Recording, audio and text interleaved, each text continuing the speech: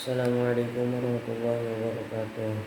Perkenalkan, nama saya Asep Sobari dari Prodi HKI semester 2 yang akan mempresentasikan mata kuliah Civic Education yang berjudul Geopolitik Indonesia. Dosen pengampu Ibu Aimanah. Langsung masuk kepada materi. Yang pertama itu adalah pengertian geopolitik Indonesia. Membicarakan pengertian geopolitik tidak terlepas dari pembahasan mengenai masalah geografi dan politik. Geo yang artinya bumi, geografi artinya mempersoalkan tata ruang, yaitu sistem dalam hal menempati suatu ruang di permukaan bumi. Poin kedua itu perkembangan geopolitik di Indonesia. Perkembangan geopolitik di Indonesia sudah dimulai oleh para pendiri bangsa melalui Ikrar Sumpah Pemuda, yaitu satu nusa, satu bangsa, dan satu bahasa, sebagai perekat persatuan dan kesatuan bangsa Indonesia. Unsur-unsur dasar wawasan Nusantara dapat mencapai kesatuan dapat ditinjau dari suatu kesatuan wilayah, satu kesatuan bangsa, satu kesatuan sosial budaya, satu kesatuan ekonomi, satu kesatuan pertahanan dan keamanan. Perkembangan geopolitik di Indonesia juga dipengaruhi adanya globalisasi dan kemajuan teknologi yang menyebabkan wilayah kedaulatan suatu negara, terutama negara Indonesia, menjadi semakin abstrak dan kurang pasti sehingga dapat dengan mudah ditembus oleh para aktor pelaku internasional. Kemudian adanya proses politik dan demokratisasi.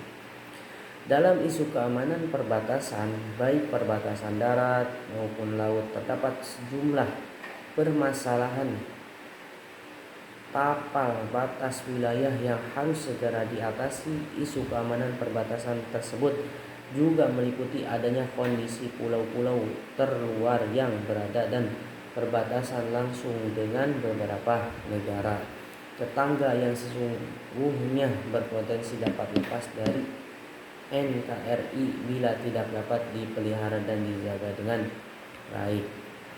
Masuk ke poin ketiga, yaitu pengertian wawasan Nusantara.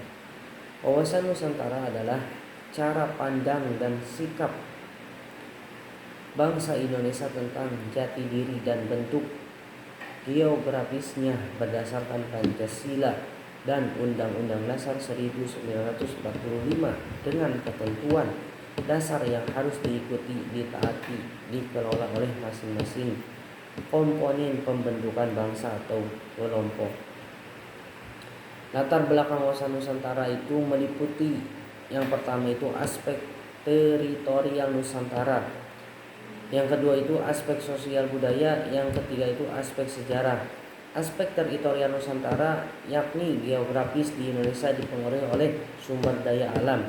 Aspek sosial budaya Indonesia terdiri dari ratusan suku yang memiliki adat istiadat, bahasa, agama, dan kepercayaan yang berbeda-beda, sehingga interaksi antar kelompok berpotensi ada konflik besar mengenai ragam budaya. Aspek sejarah adanya sejarah perpecahan bangsa Indonesia dulu adalah hal yang mempengaruhi semangat persatuan untuk menjaga keutuhan dan kesatuan wilayah Indonesia. Nah, fungsi wawasan Nusantara itu apa? Dibedakan dalam beberapa pandang.